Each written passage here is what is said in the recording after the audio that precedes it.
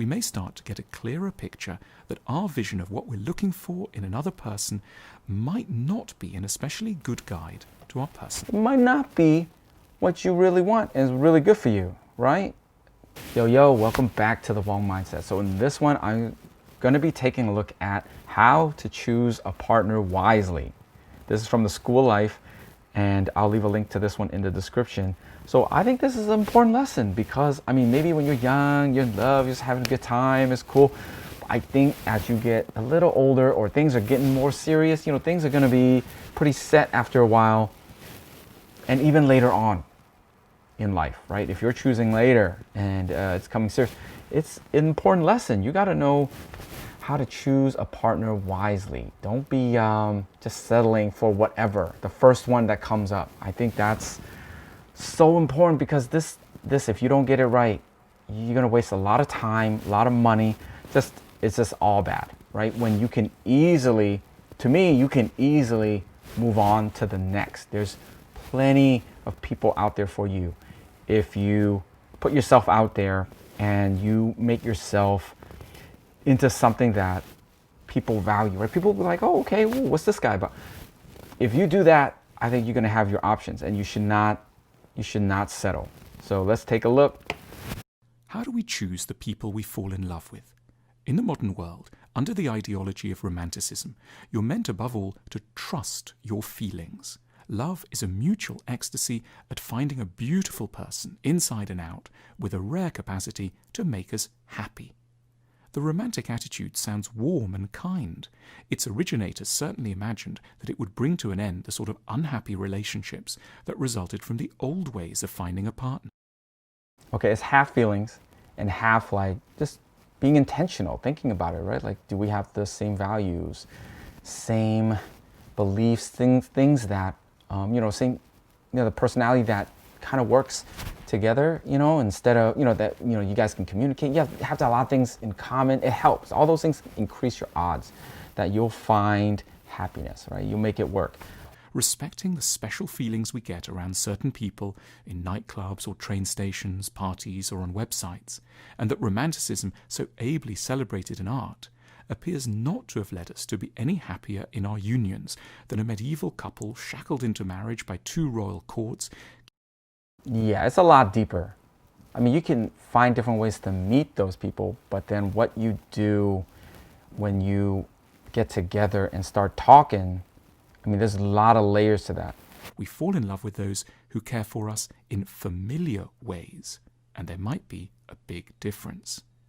Adult love is modeled on a template of love created in childhood and is likely to be entwined with a range of problematic attractions that militate in key ways against. Oh my goodness, yeah, no, that explains a lot too, because I think that's a problem you see all the time on TV, on YouTube videos. You see people attracted to the wrong type, right? Maybe that's what they grew up either missing or being familiar with. Yeah, that's when you have to be intentional and break out of that. You got to know that's not okay. What's okay and not okay. We're looking to recreate within our adult relationships the very feelings we knew so well in childhood, and which were rarely limited to just tenderness and care. The love many of us will have tasted. So the crap some folks are attracted to is just what they're familiar with. That explains so much. I think that definitely has a lot to do with it. How logical then that we should as adults find ourselves rejecting certain candidates, not because they're wrong for us, but because they're a little too right, in the sense of seeming. That happens so much. Why? It's hard to get past ourselves. If we got some baggage, we got some drama, it's so hard to first recognize it, be aware of it, recognize it, and then do something about it and get out of that funk. It's to try to trace back qualities to the people who first loved us in childhood, and to ask ourselves how much our impulses really are aligned with things that might make us happy. Dude, write it down, right? Just like everything else, write it down. You write down your budget. Write it down. What stuff you're attracted to or you've been looking for, and then what is actually okay and what is actually not okay. And then so you're aware, like, hey, I have a tendency, and then work on it. I know it's tough, it's hard, you don't want to deal with it. It's too tough to deal with it, but you got to face face the music sometimes and just deal with it. We may start to get a clearer picture that our vision of what we're looking for in another person might not be an especially good guide to our person. It might not be what you really want and is really good for you, right? Even if we can't always radically shift these patterns, it's useful to know that we're carrying a ball and chain. It can make us more careful of ourselves when we feel overwhelmed by a certainty that we've met the one after just a few minutes. Dude, that reminded me of something. It's important to be aware, right? It's good to be aware. There's benefits to that. But then I think it needs to go more than that. It really needs to go, just like anything else. Just because you're aware of it doesn't mean anything.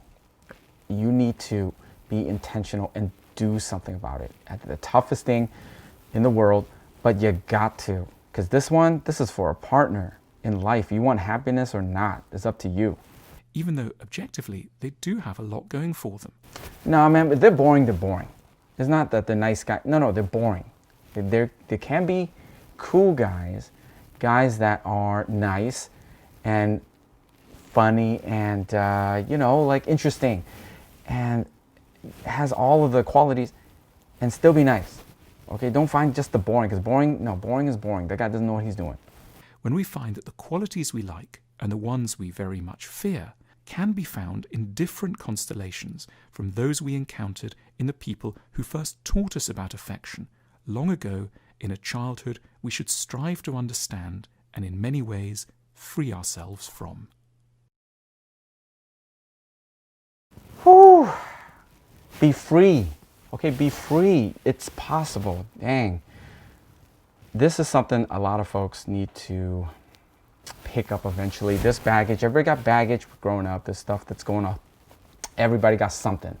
And are you going to let that baggage take over or not? I think that's the moral of this story. You got to be aware and then do something about it. Don't just keep falling into the same traps and then getting further along in the process, wasting months and years with people that just are not a good fit.